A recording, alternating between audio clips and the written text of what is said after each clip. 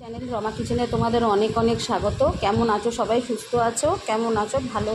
ভালো আছো তো? দেখো আজকে একটা তোমার টিফিন আইটেম করছি, সেটা হচ্ছে চিড়ের পোলাও। সবাই আমরা চিড়ের পোলাও বানাতে পারি, কিন্তু আমি এখানে দেখো চিড়েটাকে ভালো করে ধুয়ে ঝুরঝুর করে নিই, মানে ধুয়ে করে নিয়েছি, ভিজিয়ে ভালো করে ধুয়ে নিয়েছি। দেখো এরকম ঝুড়ো, বেশি কিন্তু ভেজালে হবে না। নিয়েছি পনির, গাজর, আলু, লঙ্কা, টমেটো। তাহলে চলো চিড়ের পোলাও রেসিপিটা। কড়া বসিয়ে নিয়েছি, কড়ার মধ্যে দিয়ে দেবো খুব অল্প পরিমাণে সামান্য পরিমাণে তেল। আগেই বলছি আমি কিন্তু এক হাতে যেহেতু করছি, হয়তো একটু গন্ডগোল হয়ে যাচ্ছে, ক্যামেরা কেটে যাবে বা একটু হয়, তাহলে তেলটা গরম হতে দিই। এটা কিন্তু গরম হয়ে গেছে, দেখো অনেকটাই তেলটা গরম হয়ে গেছে। আরেকটু তেলটা গরম হবে, আরেকটু তেলটা গরম হলে পরে আমরা তেলের মধ্যে দিয়ে দেবো আলু, গাজর, তারপর দেবো পনির।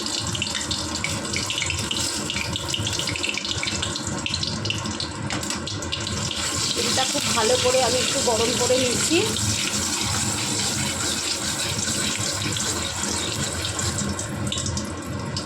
আর এখানে কিন্তু আমি কাঁচা লঙ্কাও নিয়ে নিয়েছি। এখানে দেখো তেল আমাদের গরম হয়ে গেছে, এখানে দিয়ে দেবো টমেটো, কাঁচা লঙ্কা, আলু।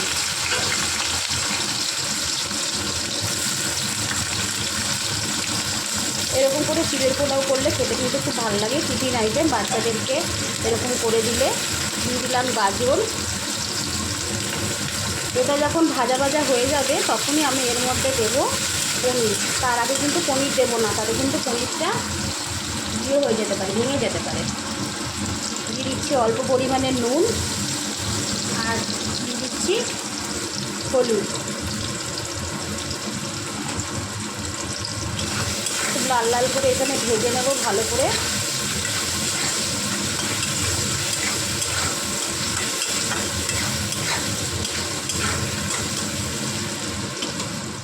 এটা আমরা ভাজা ভাজা করে নিচ্ছি। আমি কিন্তু এটা কোনো পেঁয়াজ, তারপরে তোমার এলাচ, দারচিনি কিছুই দিচ্ছি না।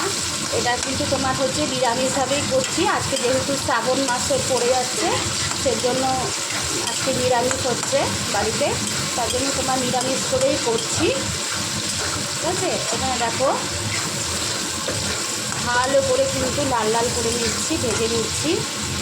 এই অবস্থায় কিন্তু পনিরগুলো দিয়ে দেবো। পনিরগুলোর মধ্যে কিন্তু নুন অ্যাড করবো না, নুন কিন্তু আগেই যা দিয়ে দিয়েছি আলুতে।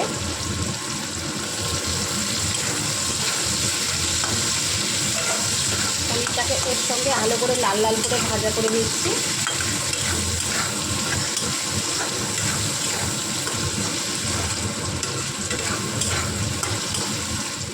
আমার কিন্তু হয়ে গেছে প্রায় ভাজা।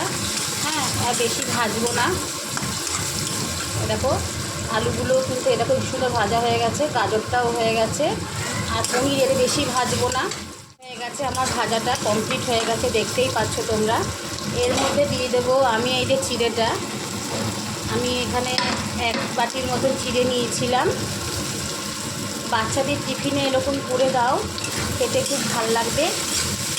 আমি না দেবো ঘি, না দেবো কিছুই দেবো না, অথচ দেখো চিড়ের পোলাওটা কিন্তু খুব ঝরঝরে সুন্দরভাবে হবে।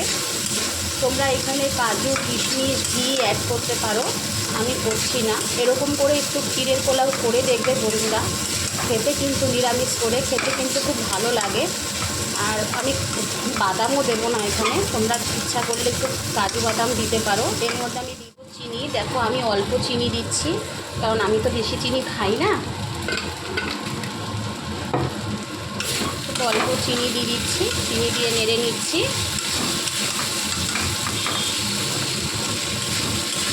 চলো এটা আমাদের হয়ে গেছে, এটা আমরা একদম রেডি হয়ে গেছে। দেখেছো, নিরামিষ চিড়ের পোলাও তোমরা এরকম বাড়িতে বানিয়ে তৈরি করে খাও, পেঁয়াজ টেয়াজ ছাড়া, এরকম পনির দিয়ে, ঘি ছাড়া পনির দিয়ে এরকম করে তোমরা তৈরি করে খাও, বাচ্চাদের টিফিনে দাও, দেখো খুব ভালো লাগবে খেতে।